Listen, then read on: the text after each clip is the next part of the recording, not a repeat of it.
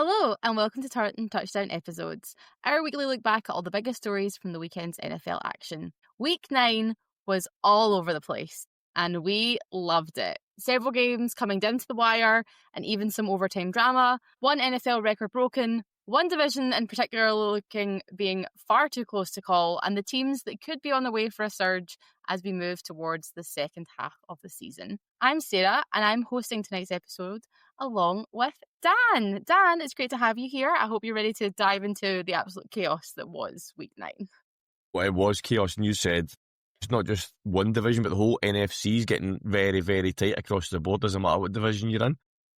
So I'm looking forward to talking back to some crazy results, some crazy plays, and an overall round bit of a mess of week 9 because everything was all over the place. Well, I'm interested because I remember at the start of the season we were all like, oh, the AFC is the division, is the hard one, is the one that is the most unpredictable. And here we are in the NFC. I think we all thought at the start of the year that the NFC North was going to be the tough division. Everybody thought like the AFC North is going to be the one that everybody's going to struggle in, maybe get a couple of teams in the playoffs, maybe 3 in the playoffs. Yeah, it's probably the only division in football that's not really that close at the moment, but obviously a bit of time still to come. Well, never say never with some people coming back and clawing out of graves and all the rest of it.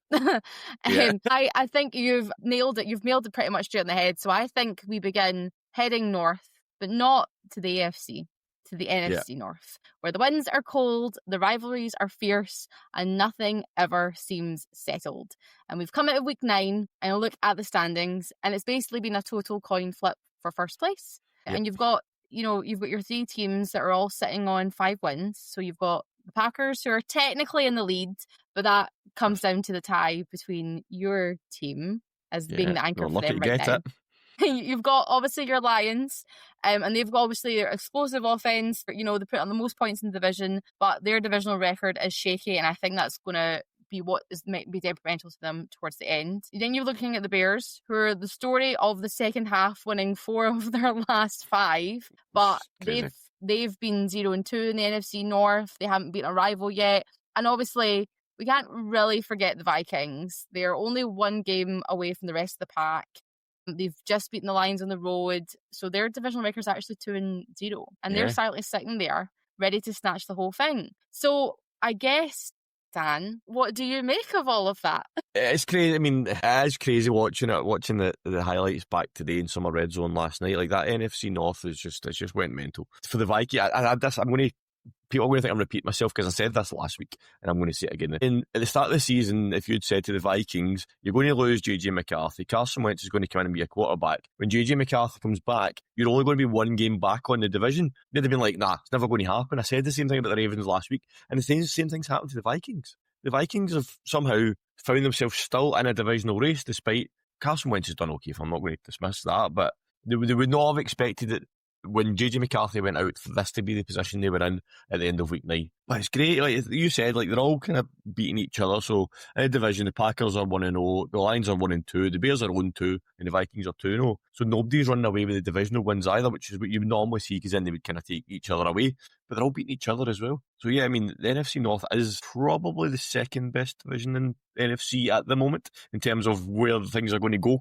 We don't know, but yeah, it's crazy, and I mean, I'm looking forward to it. Like watching it last night, you mentioned the Bears. What a game that was against the Bengals last night. I mean, it was ridiculous. Everybody thought that the Bears had won it. Everybody thought the Bengals had won it. The Bears have won it. Actually, that was just a crazy, crazy game. Everything happened, and what I liked about the game, and I might caveat this by saying it was against the Bengals defense, is that Caleb Williams actually looked good last night. I thought his range of passing was good. He was targeting a lot of different people, but there's only one person we can talk about, and that's one guy, the running back for the Bears last night. He absolutely destroyed the Bengals last night, go for a stupid amount of yards. It was crazy. I mean, obviously you would have watched it from the flip side of the coin with the Bengals. What was your thoughts on it? I thought it was a absolutely mental game. It was so sad for people that don't know me personally. My husband's a Bengals fan, so obviously he's been through the ringer a bit this season and pretty much for the last 5, 6, 7, 8 years.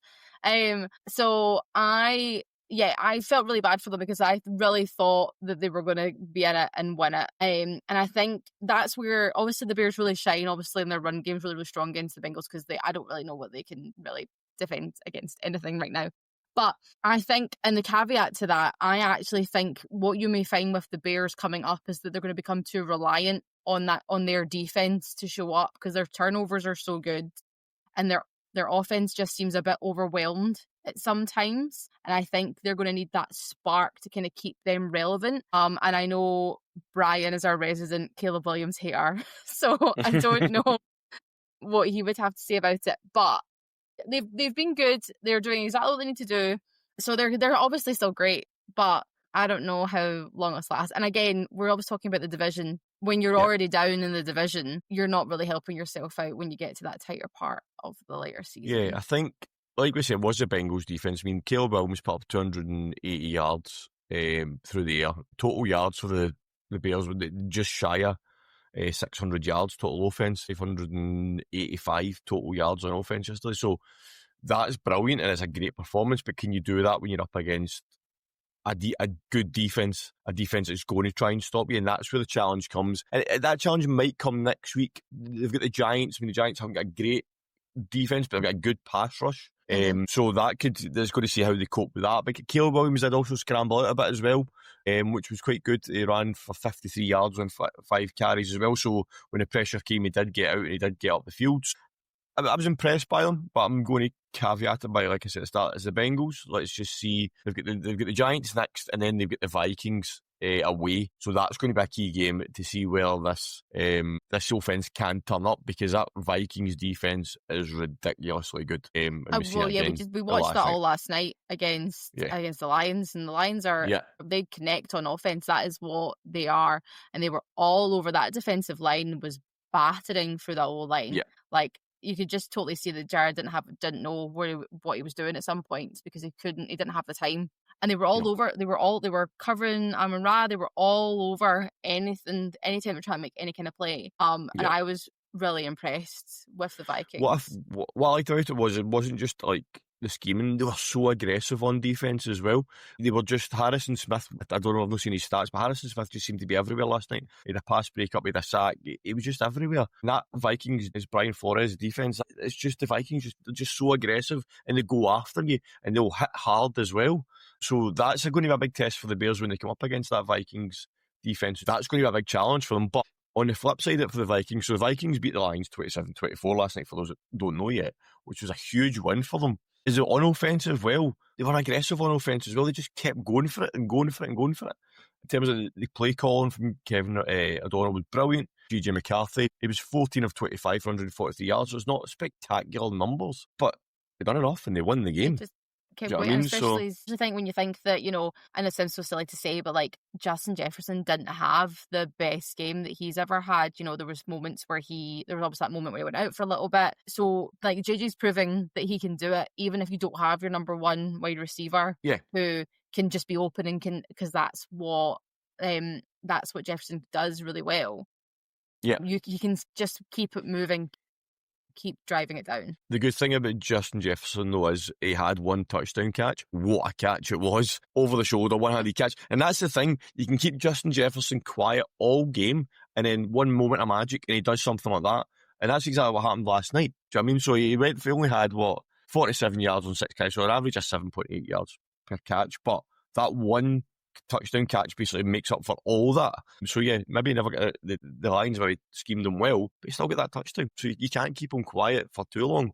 But yeah, I was very impressed by JJ McCarthy. You'll know I've been a JJ McCarthy fan for a while. I did tip the Vikings for the Super Bowl at the start of the season. That's now maybe looking like maybe not as well to take as it was a couple of weeks ago.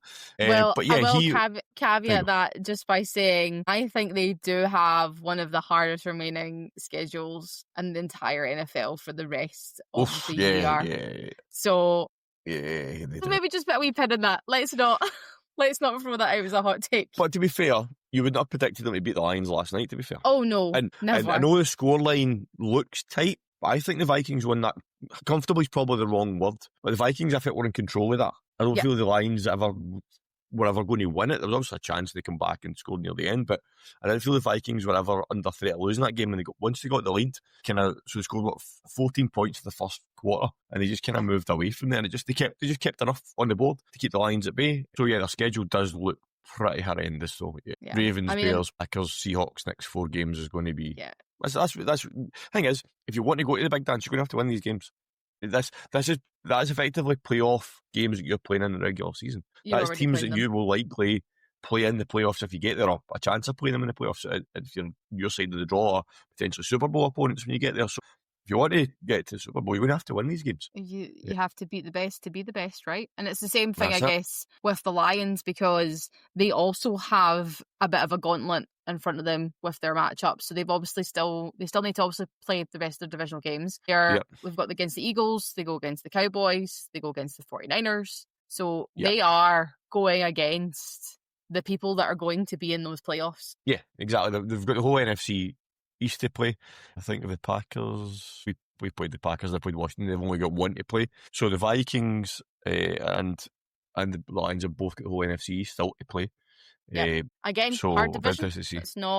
That's not a walk in the park. That's you gotta really tunnel down and do it. Yeah, I mean you get 4 teams there that are the records obviously don't show for some of us, but it's 4 games. It's 4 tough games. Do you know what I mean? It's not like you're no disrespect, but it's not like you're going against the Cardinals or Raiders. You're going there and you know, right, okay, they might have a losing record this season, like the Giants, for example. But that Giants game is not going to be an easy game for them. No. Do you know what I mean? So yeah, I mean for the Lions, yeah, I don't know what's happened to the Lions. Obviously 5-3, that it's not a bad position to be in, but they just didn't seem to be clicking last night. Whether that was down to the Vikings, which possibly was, rather than anything negative for the Lions. But like I say, sacked Jared Goff 5 times. But to be fair, JJ McCarthy was sacked 5 times as well. But yeah, I don't know. The Lions, just yardage was ridiculous, like almost double of what the Vikings got. In the day, as we all know, what matters is the points on the board at the end of the game. So yeah, it's an interesting division. So we've talked to Vikings, we've talked to Lions. What about the Packers? I mean, I've talked about them to death. I mean, you can listen 2 episodes ago to Brian talk about how they run fraud watch, and now look at them. Yeah. I mean, the Packers are, 5-2-1, obviously, and I've said they were lucky to get that tag. It's not a case of they were lucky against us. They nearly blew it on the last play of the game. You're absolutely right. Yep. It hit the DB in the back. If it hadn't hit the DB in the back, the ball was going to the end zone. The clock was expiring. And they were losing that game. So they are lucky to have that tie for that exact reason and be the leading the division. But I also think, was it the Brian said 2 weeks ago, he thinks that tie will actually be what costs them. Yes. Which the way the NFC North is shaping up to go, you're either going to win it by half a game or you're going to lose it by half a game. That's how tight it's going to come at the end of the season. Credit needs to go to the Panthers. So the Panthers beat the Packers 16-13. They played an excellent game yesterday. They did. Yep. Yeah, I was impressed by them. Again, stats wise, numbers wise, Packers dominated the yardage and stuff like that. But they won. I thought Bryce Young looked good last night. Again, the same as I said about JJ McCarthy, and that his range of passing was there. He was throwing balls all over the place to different people. He got just a quick count: 2, 4, 6, 8, 9. Sorry, 7. So I thought it was targets. So he targeted 9 receivers last night. He got 7 different receptions for different players last night. So he was spreading that about last night. Rico Dowdle went for another 130 yards. He's just ridiculous at the moment. Another 2 touchdowns for him as well.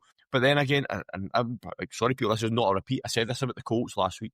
They need a running game to complement that quarterback, and I think that Rico Dowdle's taking that pressure off of Bryce Young now. He's got that run game. Bryce Young isn't having to go out and win games on his own. So Bryce Young only threw 20 passes last night. Jordan Love threw 37. Rico, they ran the ball 33 times. The Panthers versus the 25 and the Packers. They had that balance when they threw it when they had to and they ran when they had to. And they won the game. They won it as a field goals time expired, which was great. But they deserved it. It wasn't as if they stole it at the end. They totally deserved it. Packers, I don't know. I was going with the Packers last night. It was a stupid fumble. Who was it? Was it Williams? When he just ran into the back of his own player and just dropped the ball.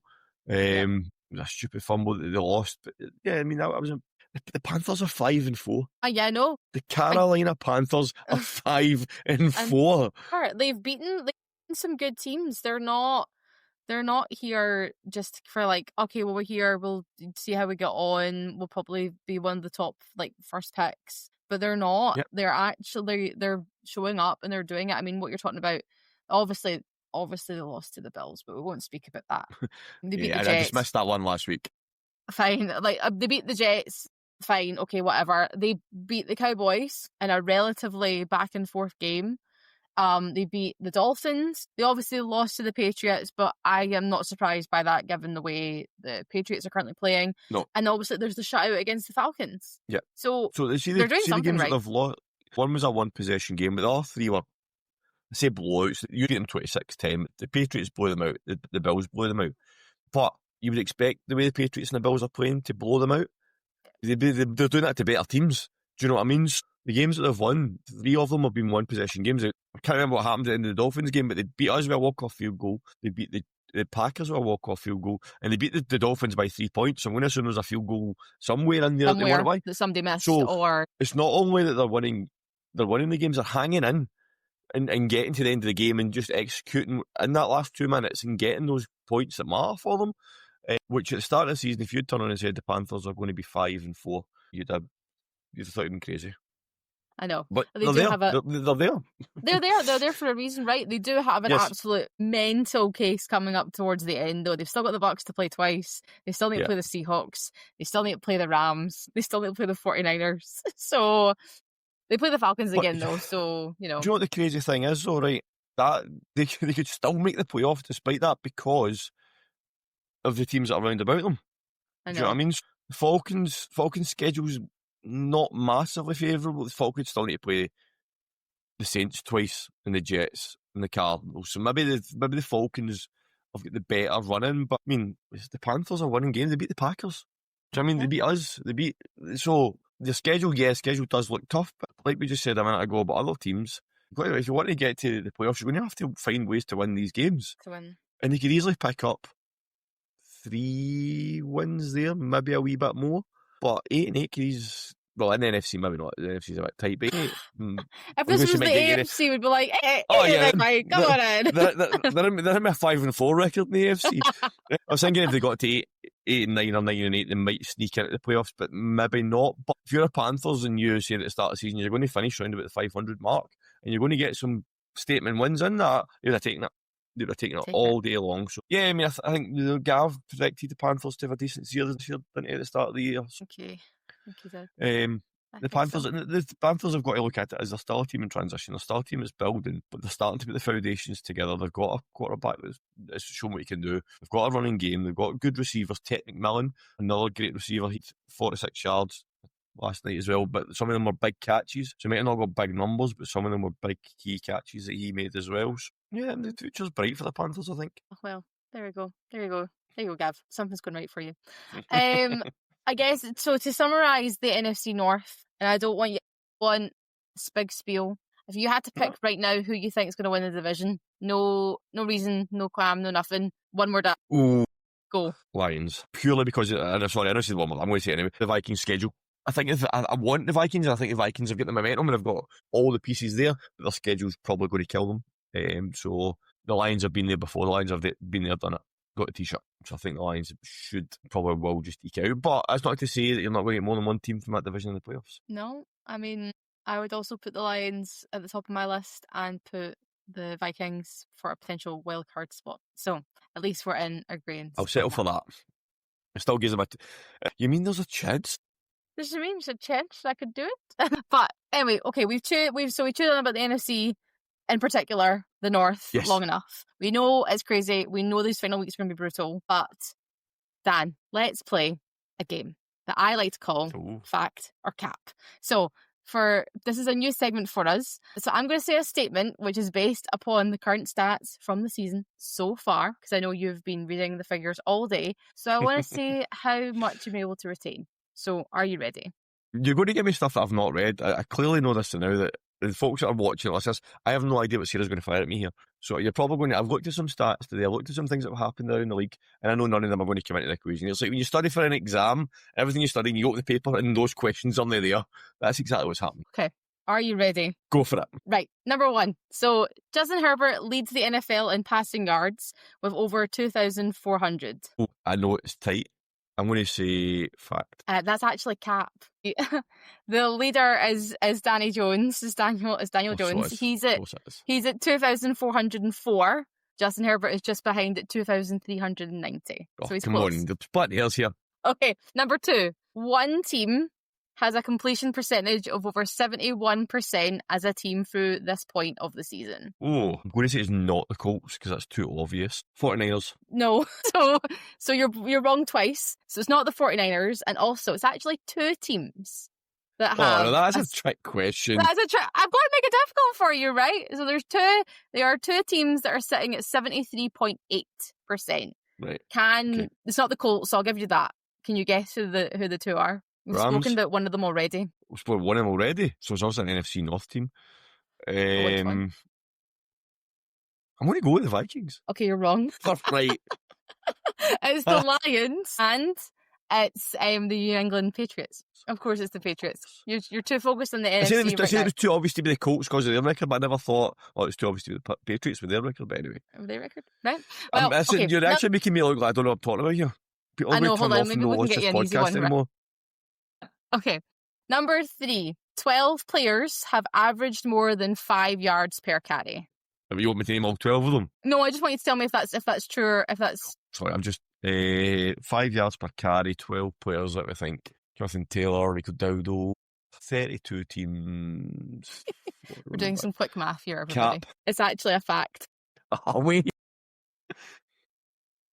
Okay, for a bonus point, can you guess which 2 quarterbacks are on that list? 2 quarterbacks, right? That's why I said players. It's not just running Well, backs. I'm going to guess because he's hardly played, these numbers are going to be high, so I'm going to say Lamar. No, this is great. I love this game. People, I'm not going to be back on this show. It's your show. I know, that's what I mean. Your numbers will plummet and I'll be banished to producer role for the rest of eternity. I don't know, just tell me. Okay, so Josh Allen and Justin Fields. Never got that. Okay, number 4, Christian McCaffrey. Am I on 4 at the moment? Well, yeah. Well, technically 5 if you count the bonus question. Number 4, Christian McCaffrey is 4th on the list of most receiving receptions. In the league? In the league. And is this actual physical receptions and not yardage, I take it? This is receiving receptions, yes. 50-50 chance of getting this right. Cap. You're right, yes! yeah. He's actually second, matched with Puka Nakua. Yeah. Who would have thought? Not me. Not me. Congratulations. There's your first one I actually right. thought he was nowhere near 4th, but to be fair, anyway.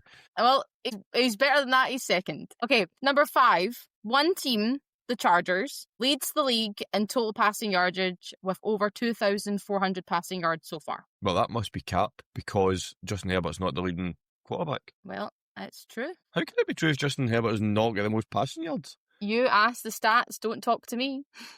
I don't know if they've done a trick play. I don't know if Justin Herbert come out one game, possibly. But yeah, that's true. They actually have 2,434 passing yards at the top of the list. All right, we'll take it as the stats are right. Not your researcher's rubbish. Okay, number 6. A single team has a team passer rating over 110 this season. A single team.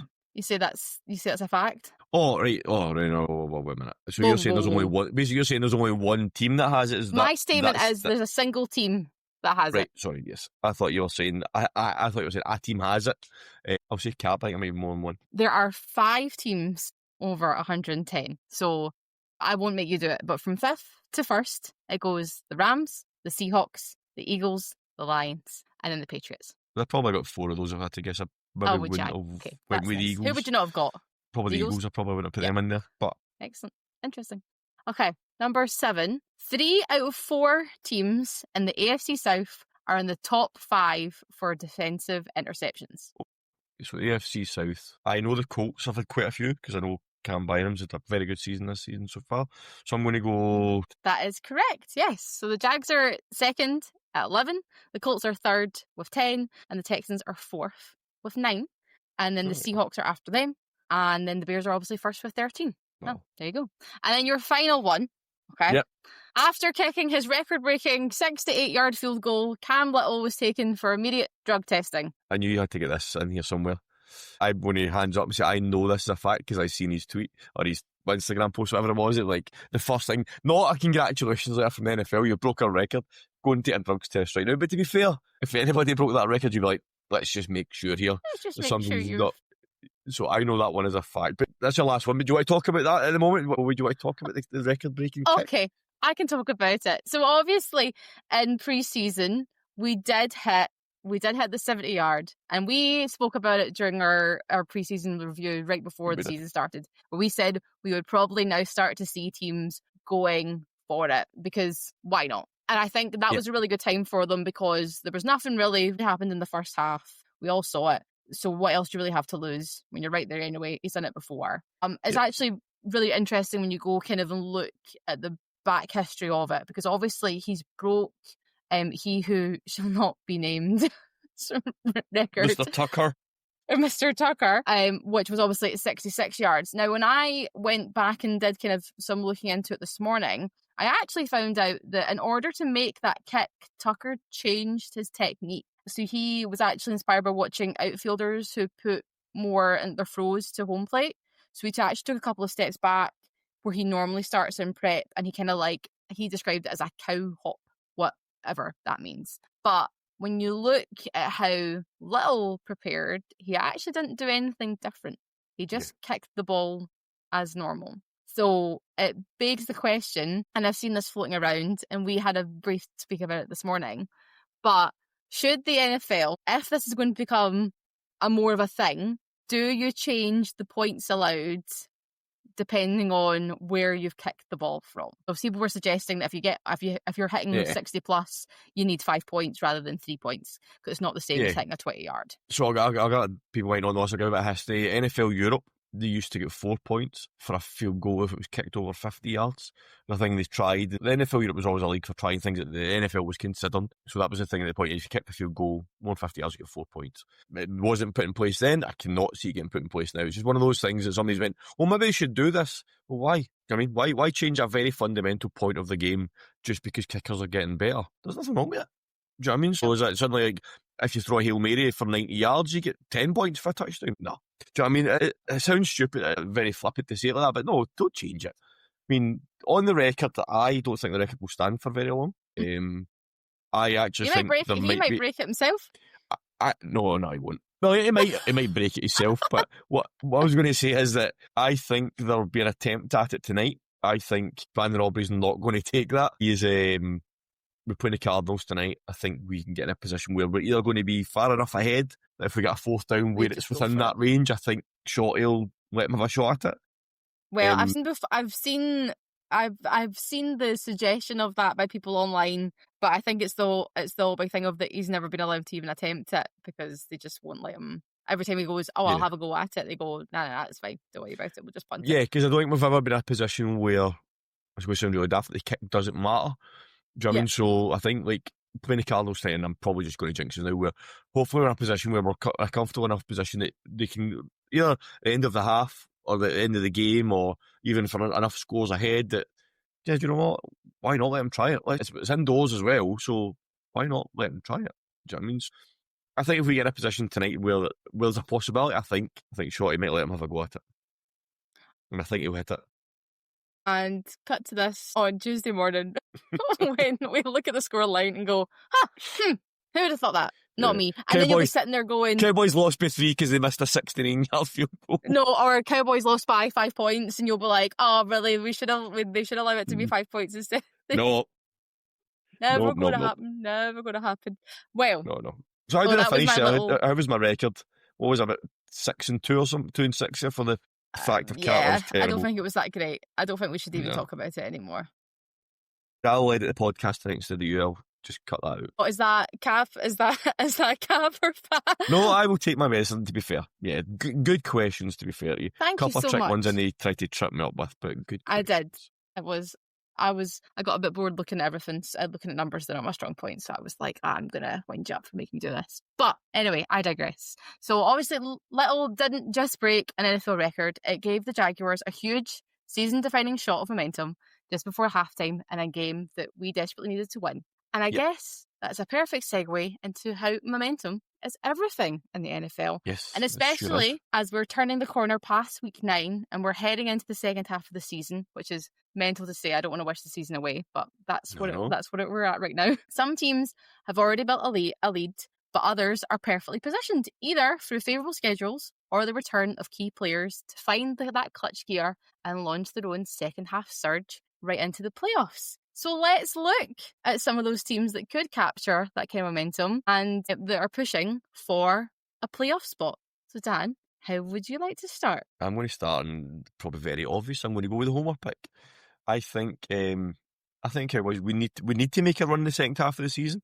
Can I just make again, just to clarify to everybody, this is before the Cowboys yes, and before this is before Monday Night Football. Sorry, please continue. The problem with the Cowboys at the moment is the inconsistency of the defence. I think, people can argue this, but I think we have probably the best offence in the league at the moment. But we just can't stop points being scored. Defence, for some reason, we played the Commanders last week or 2 weeks ago, and the defence was excellent. We still conceded 22 points, right? But the defence was excellent. And then we played the Broncos last week, and the defence was non-existent again. We really need a pass rusher. We've got about 2 days to get one in the build. We know, and I spoke about it last week, that we've been making phone calls and we've been rebuffed. Whether Jerry goes back in and he's aggressive again to try and get an elite one, I don't know. But that's part of the problem, is that we're not getting pressure on the quarterback, so they'll just be allowed to pick a secondary off at will. So I think the schedule we've got, it's not easy, it's not hard. We've got the Cardinals and then we've got the Raiders. So if we win those 2 games, we're back in the positive record. If we win those 2 games, we'll be 5-4-1.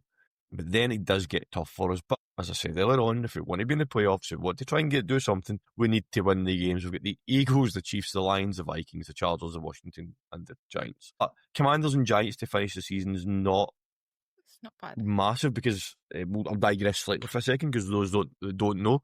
Unfortunately, Jane Daniels dislocated his elbow last night. It was a horrible injury. Do not go back and watch the video of it.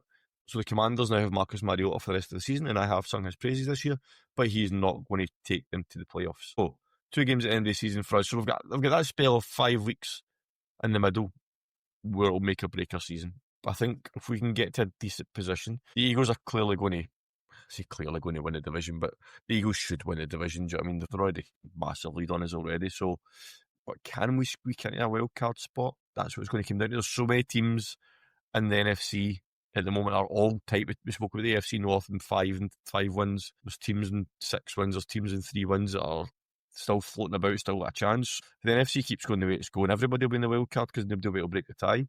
But yeah. So for me, sorry, I digress. Cowboys, I feel we need to build the momentum. These 2 games have got 2 perfect games for building the momentum. If we get good wins and we get comfortable wins, or even if, it sounds really different, even if we need to grind out a win and show that we can do that, then I think that could give us some momentum to go into the second half of the season. Who's your team that you feel is going to make a surge? Or continue to surge? Or continue to surge? Because mine is a continue to surge. I'm going to go all the way back. We spoke about how Gav picked the Panthers to be the surprise. I'm going to go back and talk about which somehow has become my second team, and I don't know how this has happened, but the New England Patriots. They have been probably the biggest surprise in the NFL this season. So obviously they finished 4-13 last year. I say we, it's not my team, just to clarify. You're getting there already. You're on jumper on the night.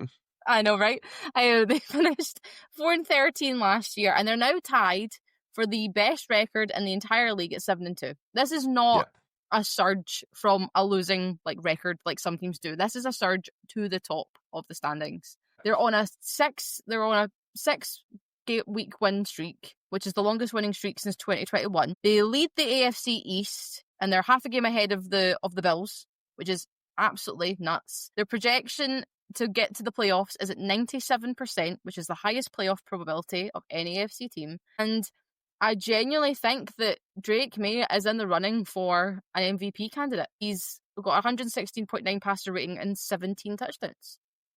Which... Yeah, I think I've been absolutely blown away with the Patriots this year. I've never seen this coming. I don't even think even you predicted the Patriots would be a surprise package this year, but I don't think you expected this. You expected them to do well. I think you predicted them to finish second in the division, didn't you? Yeah. If you'd have told me they were going to be first, I'd have laughed at you. I'd be like, no chance. Because Josh Allen, I mean, we saw what happened last night against, I know they always beat the Chiefs in regular season, but they looked great. They looked they did. like the team that they should be, and they should be playing the entire way through the season, including the playoffs. I guess kind of when you look at the Patriots kind of going forward, they've had quite a favourable start to the season, so I will give them their credit where credit's due. But they are going to come up against some challenges. It's not the worst thing ever, but they're obviously at the Bucks this week, which is going to be a tough game for them, I think. Yeah. They then go to the Jets. Well, then have the Jets. Fine, whatever. Who cares? Then play the Bengals again. Who cares? That's right before Burrow is supposed to be scheduled to come back, so that should be an okay game for them, depending if Joe Flacco is Joe Flaccoing. They then play the Giants, which might be hard, which might probably be harder than they would have anticipated. They are then against the Bills, which in week 15, which might be the division decider. It probably will be, because that's who's going to claim it, right? Yeah. I think the Patriots will lose 3 maximum for the rest of the year. And whether they do or not, I'm putting the Bucks, the Bills, and they play the Ravens out straight. So they get the Bills and the Ravens back to back. They have got the Bills at home though, which could work in their favour. So I've got them maximum losing 3. I don't think they lose all 3 of those games either. For them to finish, what we're talking here, 13 and 4. You'd have taken that at the start of the season, a Patriots fan. And you would have asked if somebody was needing a straight jacket if you said at the start of the season the Patriots are going to flip their record. An exact flip. Was it 4-13 last year, weren't they? Yep, 4-13. Perfect. Flip it. A perfect flip. Yeah. Come back. I've been impressed by it. I'm very impressed by Patriots. I think Drake May for MVP might be a bit premature, but there's no, he should be in the conversation 100% because he's led the team to that record. I don't think he wins MVP though, but he deserves to be in the conversation based on that. But yeah, Patriots have been very impressive. They're in a tough division with the Bills, like you said. The Bills again beat the Chiefs in the regular season again last night. The Bills team are going to come back firing. We know what the Bills can do. Do you know what I mean? It's just what we need to see is, are the Patriots going to have? So basically, the Colts had it last night. So the Colts were flying. They lost to the Steelers last night. Are the Patriots going to have that drop somewhere? They lost 2 of their first 3, right? So, but since then, like you said, they're on a 6-game winning streak. Are they going to trip up somewhere on a game where they should win? And that's what it's going to come down to. So if the Bucks beat them, the Bills beat them, or the Ravens beat them, then fair enough, you pans up and say. But see, for example, if beat them, or the Jets, something random that they shouldn't be a game they should, if you are playing the way I win, that's what they need to watch. Is this maybe a bit of complacency, or maybe a bit of we think we can win this game? I don't think that's what happened with Colts last night. Colts were not good last night at all. We've seen Daniel Jones have old last night, but the Patriots, are they going to have one of those moments? If they do, the Bills will just stamp on them and run past them. So it's going to be interesting to see how that plays out. The Patriots definitely will be in the playoffs. Where they go into the playoffs with the number 1 seed, where the bye, or whether they get in the wild card because the Bills sneak ahead of them, it remains to be seen. But yeah, I agree. Patriots will continue to surge. They just need to watch they don't trip up on a stupid result somewhere along the way. There you go. Perfectly summed up. Okay, who's your next choice? We have 2 each. Who's your next pick? So my next pick, I mentioned them last week as a team I think will go and do well, and it's the Rams. I really like the Rams. I really like watching Matt Stafford play. They've got a great team. I think the Rams, we mentioned earlier on about the NFC North. I said maybe not the best division in the NFC at the moment because the NFC West is just stupidly tight as well. The Hawks are currently 6-2, Rams are 6-2, 49ers are 6-3. You know what I mean? You get 3 teams on 6 wins in the same division. That doesn't happen anymore. So I think the Rams are going to surge on and continue to go on. The games that they've lost this year, they lost to the Eagles and they lost to the 49ers. 2 games that no harm in losing the 2 of them, but everybody else, they've had very good results. Their schedule also isn't too difficult. Play the 49ers next week, huge game. Play the Seahawks the week after, another huge game.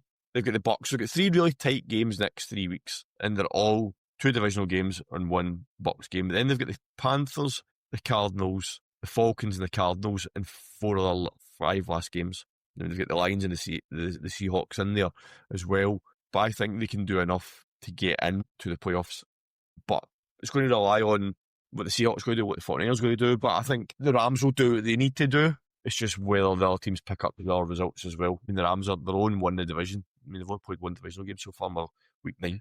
I think, I totally agree. I think the Rams have been very, very impressive. I mean, I've watched that London game against the Jags through closed eyes, but I think they're great. I've always been a bit of a Stafford supporter because I do think he is great, and he just needed a system that worked for him, which is why it was perfect when the 2 of them swapped over. I just can't believe what they've done to Timothy Adams. I just can't. I just how that man is still going. I don't really know. I'm sure he got a pass last night. Literally, he was surrounded by three defenders, and I'm like, how have you done this? Yeah. So yeah, I think they are great, and it's funny that you mention it depends on who's around them because my other pick is the 49ers.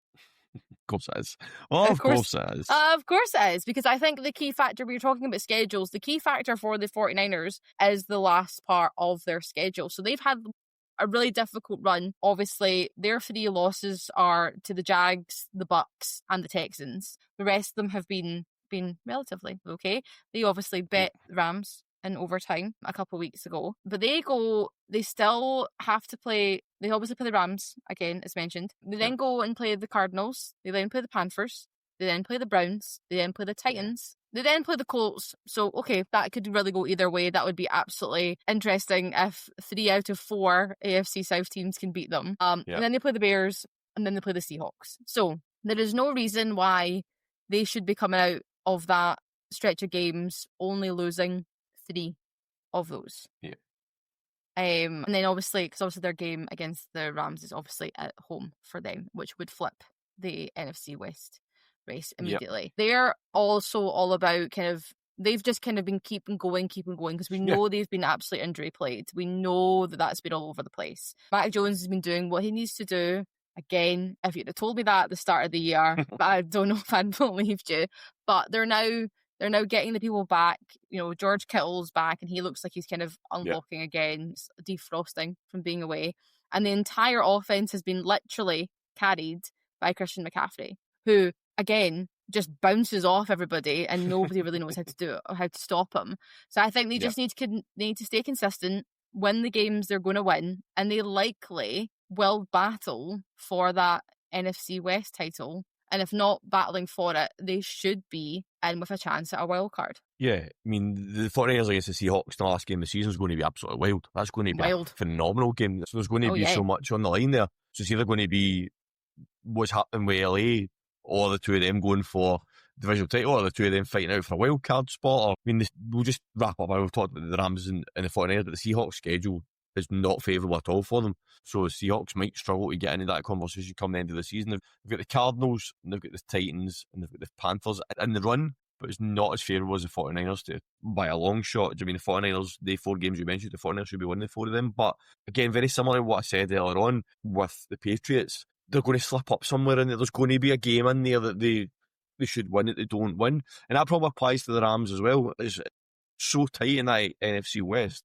that somebody's going to slip up or somebody's going to trip up somewhere. So only way it's going to, apart from the plate. But yeah, I mean, I'm still going to go with the Rams just because Matt Stafford's experience, Sean McVay's play calling, they've got a good all-round game. That reminds us, I don't know if you've seen the video this week of Matt Stafford basically him taking the mickey out of Sean McVay. So he's in the huddle and Sean McVay's calling the play in. And he's like, okay. So he starts telling them to play to the huddle, and he's still going. And he's still going in his ear. Stafford's like, be quiet.